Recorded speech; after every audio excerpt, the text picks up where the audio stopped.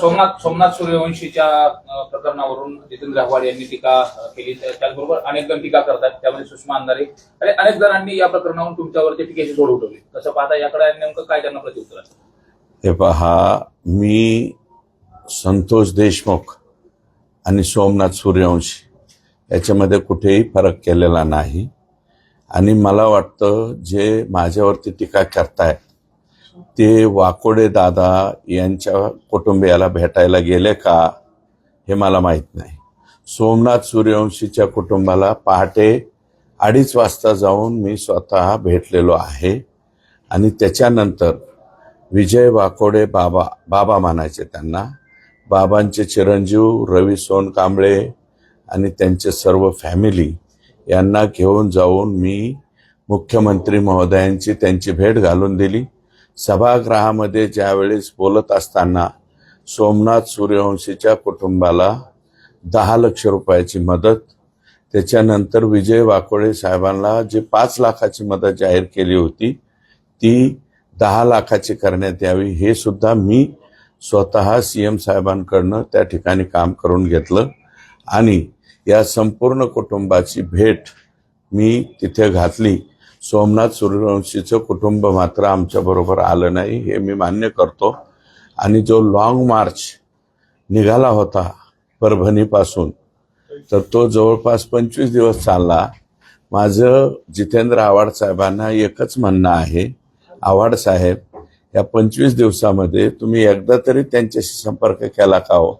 क्लेशकारक आंदोलन हे विजय वाकोडे यांचे चिरंजीव आणि हे सर्व मंडळी भीमराव हत्ती आंबेरेसह सगळेजण करत होते. त्या प्रत्येक वळणावर, त्या प्रत्येक वाटेवर मी त्यांच्याशी संपर्कात होतो. आणि त्यांचं नंतर बाबा आपण हे कुठंतरी थांबवलं पाहिजे, मुख्यमंत्र्यांकडे जाऊन एखादा प्रश्न जो जटिल आहे त्या बाबतीत जाऊन मार्ग काढणं चूक असेल तर ती चूक मी 100% केलेली आहे. तुम्ही आता कधी लॉंग मार्च झाल्याच्या नंतर बोलताय, परंतु तुम्ही माहिती घ्या. आणि मी स्वतः, मला तुम्ही अंतर पाडण्याचा प्रयत्न केलाय. तर सकाळी झोपेतून उठल्यापासून माझ्या दरवाजाच्या गेटपासून किचनपर्यंत सर्वच्या सर्व दलित बांधव माझ्या बरोबर असतात. त्याच्यामुळं मला दलितांच्या बाबतीतला कनवाळा वगैरे दाखवण्याची काही गरज जितेंद्र आव्हाडांकडून नाही. आणि संत वगैरे असा शब्द त्यांनी वापरलाय.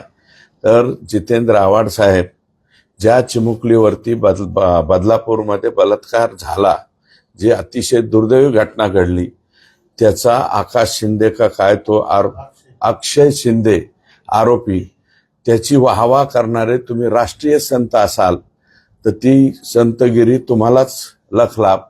मी हरिभक्तपरायण नाही, परंतु तुम्ही मोठे संत आहात असं मला वाटायला लागलं. अक्षय शिंदेची वाहवा करणं म्हणजे हे कोणत्या मेंटॅलिटीचे आहेत आणि राजकारणासाठी कोणत्या थरावर जाऊ शकतं, तर त्याचं सर्टिफिकेट देण्याची आवश्यकता नाही. आणि अंजलीताई दमानिया आणि सुषमाताई या दोन्हीही माझ्या भगिनी आहेत, महिला आहेत. त्यांच्याबद्दल मी काहीही बोलणार नाही, त्यांचा मी नितांत आदर करतो. परंतु जितेंद्र आव्हाडांनी दुसऱ्याला विनाकारण फुकटचं शहाणपण शिकवण्याचे गप्पा करू नयेत. मी स्वतः सगळ्यांचा कैवारी आहे असं तुम्ही मानू नका. आणि माझ्या स्वतःच्या मतदारसंघातला दलित बांधव 95% माझ्याबरोबर आहे, हे कालच्या निवडणुकीत सुद्धा सिद्ध झालेलं आहे. मात्र सूर्यवंशी यांच्या ज्या आई आहेत त्यांनी देखील तुमच्यावरती आरोप करत असतात, त्यांच्या संदर्भात अशी घटना घडली असेल, त्यांनी असा विषय केला असता. हे बघा, मी जे माफ करा कोणाला म्हटलेलं आहे, तुम्ही त्याची बाईट, मला वाटतं मी जे केलेलं स्टेटमेंट आहे ते त्याच्यातला काही पार्ट काढलेला आहे. मी काय म्हणलेलं आहे, जे ॲक्शन मोडमध्ये जेवढे व्हिज्युअल्स दिसलेले आहेत तेवढेच पोलीस तुम्ही सस्पेंड करा. आणि जे ॲक्च्युअल ॲक्शन मोडमध्ये दिसलेले नाहीत त्यांना थोडंसं विनाकारण त्यांची नावं घेऊ नका, हे माझं वाक्य आहे. परत एकदा माझं मत आहे की चेक करावं, रिचेक करावं. आणि तिथं सर्व भीमसैनिक होते, आमचे बांधव होते, RPIचे कार्यकर्ते होते, भीम आर्मीचे कार्यकर्ते होते, दीपक केदार साहेब त्यांच्याशी सुद्धा माझं बोलणं झालं आणि आम्ही विनंती केली त्यांना हात जोडून पाया पडून. एखाद्या आंदोलकांना विनंती करणं, पाया पडणं आणि या बाबतीमध्ये मुख्यमंत्र्यांना काही निर्णय घ्यायला लावणं. तर ठामपणे मुख्यमंत्र्यांनी निर्णय घेतले ना, सर्वोच्च सभागृहामध्ये डिक्लेअर केलं ना, आणि त्याची चौकशी आता ज्युडिशियल चौकशी सुद्धा लागली ना. मग याच्यापेक्षा कोणतं पाहिजे? आणि एक ते पोलिसांच्या वरती FIRच्या बाबतीमध्ये बोलल्याच्या नंतर मी त्यांना म्हणलं की स्वतः पोलीस त्यांच्यावरती FIR करून घेत नाहीयेत, तर दलित बांधवांना म्हणजे तिथले वाकोडे साहेबांचे चिरंजीव अक्षय ना, आकाश अक्षय असं त्यांचं नाव आहे, ते रवी सोनकांबळे, भीमराव हत्ती आंबिरे आणि तिथल्या महिला भगिनी, या सगळ्यांना मी विनंती एक केली की तुम्ही जर पोलीस त्याच्यामध्ये FIR करून घेत नसतील तर 156(3) कलम केंद्र सरकारने मोकळं ठेवलेलं आहे. आणि 156(3) मध्ये जर कुठे FIR घेतला नाही तर त्याच्यामध्ये, कारण त्याही घटनेला आता 2 महिने होत आले, 30 दिवसाच्या नंतर FIR होऊ शकते त्याच्या बाबतीत. तर 156(3) वापर करा अशा प्रकारची विनंती केली. माझं स्टेटमेंट नीटनाटकं पाहिलं नाही आणि जितेंद्र आव्हाडांसारख्या राष्ट्रीय संतांनी अपुऱ्या माहितीवरती बोलावं याच्यापेक्षा मोठं दुर्दैव नाही असं मला वाटतं. क्लिप या सगळ्या संदर्भामध्ये क्लिप देखील त्या ठिकाणची व्हायरल केली जाते. हो, ते मी म्हणतो ना, मोडून तोडून तेवढीच क्लिप काढली गेली. मी काय म्हणलोय, माफ करा, कोणाला माफ करा? जे लोक ऍक्शन मोडमध्ये, कारण तिथले SP, IG ते DIG त्यांनी स्वतः ज्यावेळेस आंदोलकांनी मागणी केली त्यावेळेस जे लोक तिथे ऑन कॅमेरा दिसतायत, त्या कॅमेऱ्यामध्ये दिसतायत, तेवढ्या लोकांना सस्पेन्शन करावे अशा प्रकारची मागणी होती. त्याप्रमाणे ते सगळे लोक आणि मुख्यमंत्र्यांनी, हे बघा, अशा कोणत्या एका गंभीर प्रकरणामध्ये राज्याचे गृहमंत्री आणि मुख्यमंत्र्यांच्या परवानगीशिवाय होतंय का? त्यावेळेस आम्ही बी म्हणलो आंदोलकांची ही मागणी बरोबर आहे, सस्पेन्शन करा. परंतु जे कुठेच नाहीत, रेकॉर्डवर नाहीत, त्यांचं सस्पेन्शन जर करायचं म्हणलं तर उद्याच्याला म्हणजे पोलीस बलाच्या म्हणजे मनोबलावरती परिणाम होईल. अशा प्रकारचं वाक्य मी तिथं वापरलेलं आहे, आजही वापरतो. यात काय चूक आहे? जर चूक असेल तर कोणीही जोडा काढा, परंतु चूकच नाहीये. अंजली दमानिया यांनी असा आरोप केलाय की सुरेश धस यांची बावनकुळे यांच्या बंगल्यावर एका व्यक्तीसोबत भेट झाली आणि त्यानंतर त्यांनी या सगळ्या प्रकरणात यू टर्न घेतलाय, आपली भूमिका सौम्य. हे बघा, माझी अजूनही भूमिका कुठेही सौम्य वगैरे नाही. अंजली ताईंचं मी आजही आदर करतो बरं का. आणि मी एवढा छोटा बेटा नाही, याची भेट झाली त्याची भेट झाली, मी भेटा गाठीवाला नाही आणि मी कोणाच्या बापाला भेट नाही. अण्णा महादेव मुंडे हत्या प्रकरणामध्ये आरोपी अटक नाहीत, त्यामुळे आता ज्या ज्ञानेश्वरी ताई आहेत त्या SPची भेट घेऊन उपोषणाचं त्यांनी इशारा दिलेला आहे. मग काय करेल ते माय माऊली, ती काय करेल? त्यांचं बरोबर आहे, त्या वेगळ्या एजन्सीकडे तपास द्या म्हणतात. परंतु माझं मत आहे, ताईंना त्यांना विनंती आहे की थोडा दिवसाचा अवधी द्या.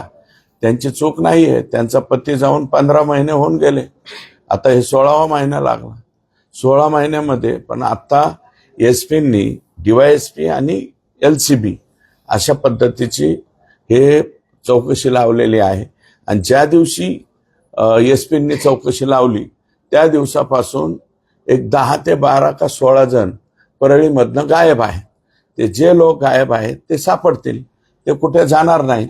आणि माझं मत असं आहे की त्या ताईंच्यावरती म्हणजे उपोषणाची पाळी आम्ही येऊ देणार नाहीत. मी उद्या परत मुख्यमंत्र्यांकडे जाईल आणि आणखी वाटल्यास फोर्स वाढवून, आणखी तपास यंत्रणा वापरून महादेव मुंडेंचे जे कोणी मारेकरी आहेत हे बिनभाड्याच्या खोलीमध्ये गेले पाहिजेत, असं माझं स्वतःचं मत. अंजली दमानिया म्हणतात की सुरेश धस यांची भूमिका अचानक कशी काय बदलली? माझी भूमिका बदललेली नाही. कालही तीच आहे, आजही तीच आहे, उद्याही तीच राहील आणि परवाही तीच राहील. कोणत्या दोन्ही बाबतीत, संतोषच्या तिन्ही घटनांच्या बाबतीत राहील. संतोष देशमुख, सूर्यवंशी आणि महादेव मुंडे या तिघांच्या बाबतीतही माझी एकच भूमिका राहील शेवटपर्यंत. हे ज्यांनी यांचा जीव घेतलेला आहे ते फासावरती गेले पाहिजे. पंकजा मुंडे यांनी आज वक्तव्य केलं भाषणामध्ये, परळीवरती आपलं आष्टीवरती विशेष प्रेम करणारे आणि आष्टीमधल्या प्रत्येक कामावरती लक्ष ठेवणारे. त्यांनी खूप प्रेम केलं आमच्यावरती, आष्टी मतदारसंघावरती गेल्या इलेक्शनमध्ये. आणि आज तुम्ही टीव्ही वाले असतील तर माझी विनंती आहे ते व्हिज्युअल जरा सगळ्या मतदारसंघात फिरवा. ते त्यांचं ज्यांच्यावरती प्रेम असेल तेच लोक तिथं हजर असतील.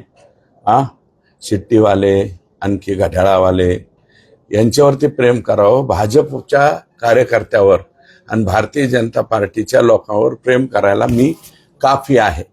त्यांनी तिकडं प्रेम करू नये अशा प्रकारची माझी विनंती. बावनकुळे यांच्या बोलल्यावर आपली एका व्यक्तीसोबत भेट झाली होती, त्यानंतर आपली हे आहे मला विषय झाला. हे विषय झाला डबल काय. ताई असं म्हणाले की तो भाजपचा मतदारसंघ आहे आणि त्यामुळे मला त्याकडे जास्त लक्ष द्यावं. हो, भाजपचाच आहे, जास्तीचे लक्ष द्या, आमची काही हरकत नाही. परंतु तुमचा मूळ मतदारसंघ आहे तिकडे जास्त लक्ष द्या. तिथलं सगळंच हायजॅक झालंय, तिकडं बघा मला. राष्ट्रवादीचे मतदारसंघ म्हणले, भाजपचा मतदारसंघ असतील. नाही, आष्टी भाजपचा आत्ता मतदारसंघ झाला. इलेक्शन मध्ये त्या म्हणल्या होत्या की केज ही माझी एकच सीट आहे. हे तुमच्या ध्यानात आहे ना.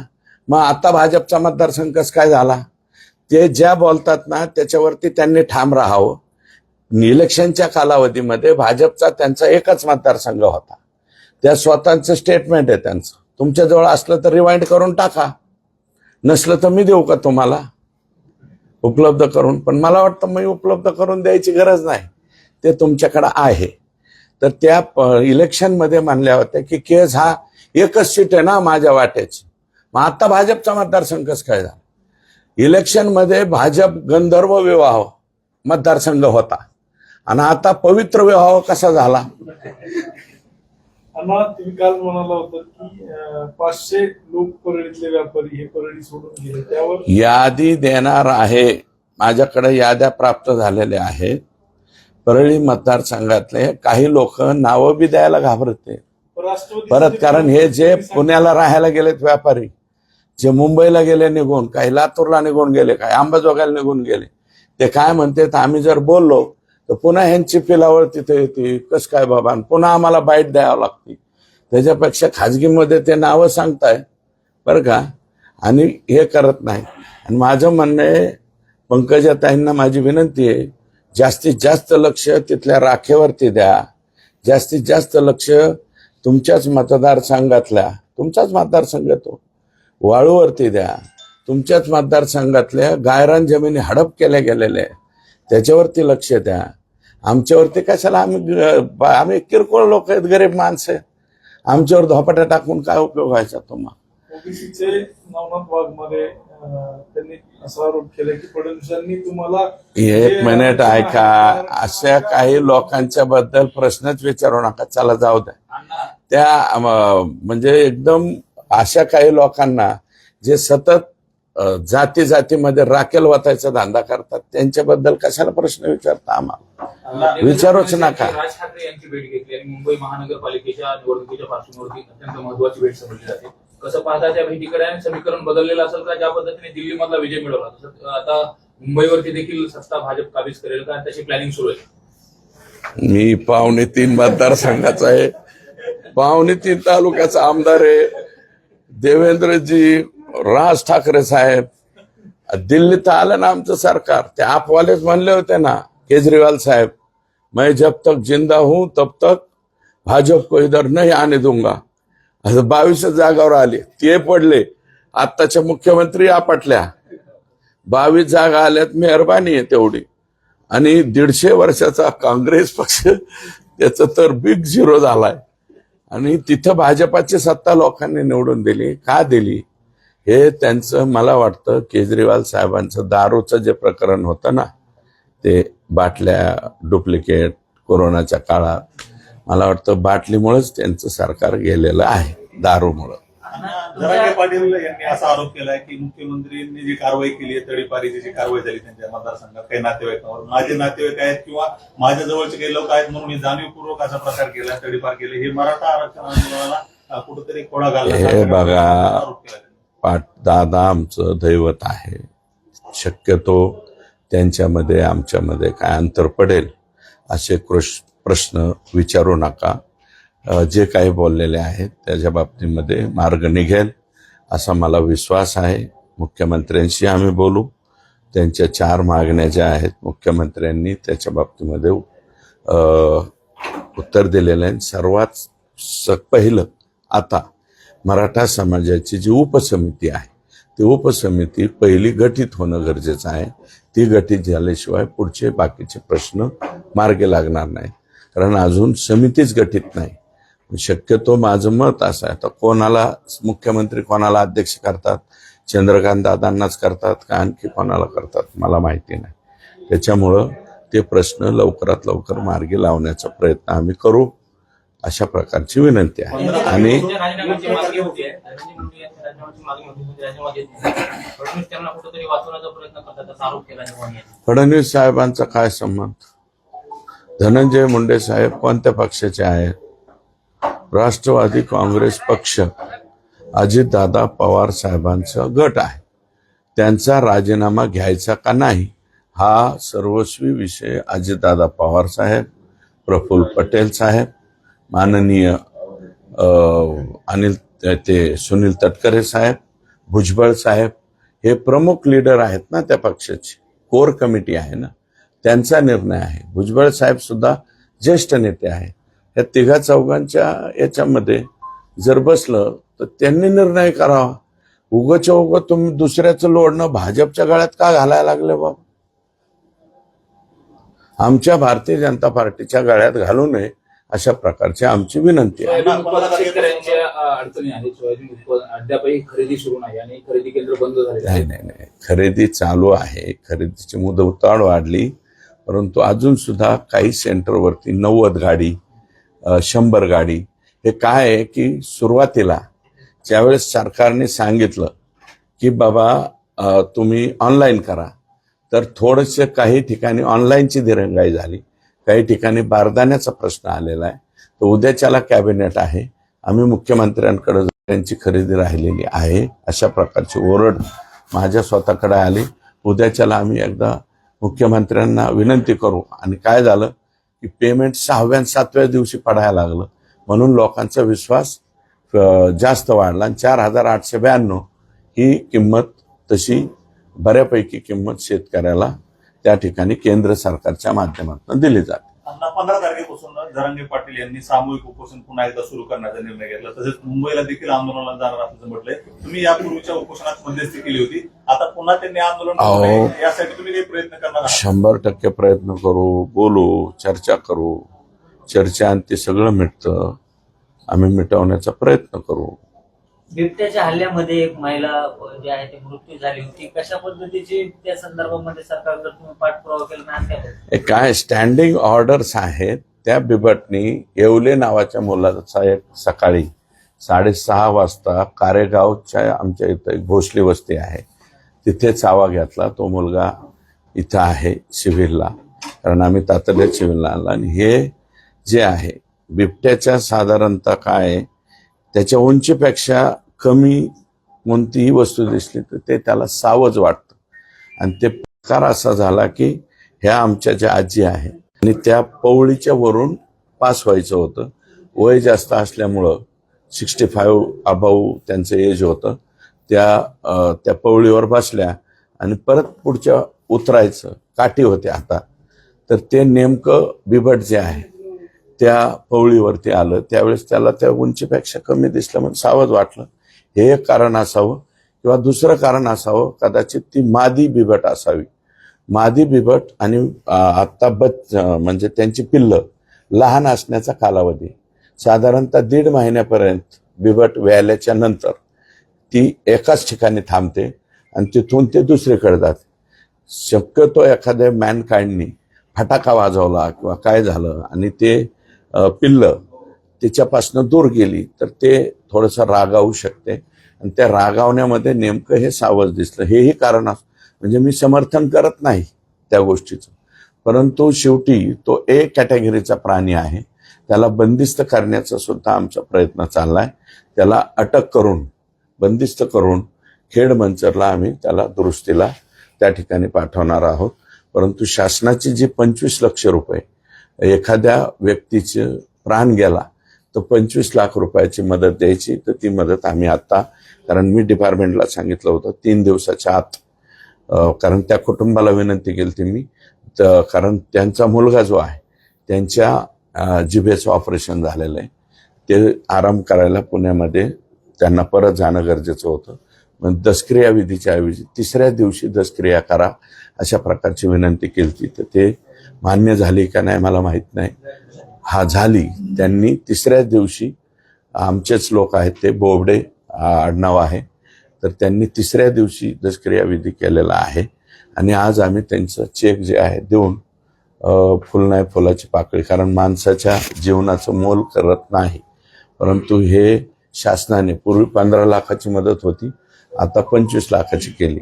तुमच्या माध्यमातून बीड जिल्ह्यातल्या जनतेला मी विनंती करतो की बिबटला तुम्ही घाबरू नका, दुश्मन मानू नका, कारण डुकरांची संख्या कंट्रोल करायला बिबटची आवश्यकता आहे. बिबट हा लोकांचा म्हणजे मॅनकाइंडचा मित्र आहे. परंतु कधीतरी एखाद्या वेळेस असं काही घटना घडल्याच्या नंतर कोणाचं वगारू खाल्लं, कोणाचं वासरू खाल्लं, कोणाची शेळी खाल्ली, तर लगेच वन खात्याकडे तुम्ही तक्रार करा. त्याची नुकसान भरपाई 24 तासाच्या आत आपण देतो. आता जी घटना मेंगडेवाडीची घडलेली त्याचं लगेच रक्कम आम्ही त्यांना या ठिकाणी देतो. आव्हाडांनी अशी टीका केली की सगळ्याच ठिकाणी आपले राजकारण करून आपली पोळी भाजून. आव्हाडांना नेमकं कशामुळं माझ्यावर प्रेम होतं आलोय हेच कळाना मला. मी उद्या भेटल्यावर विचारतो त्यांना. ओके.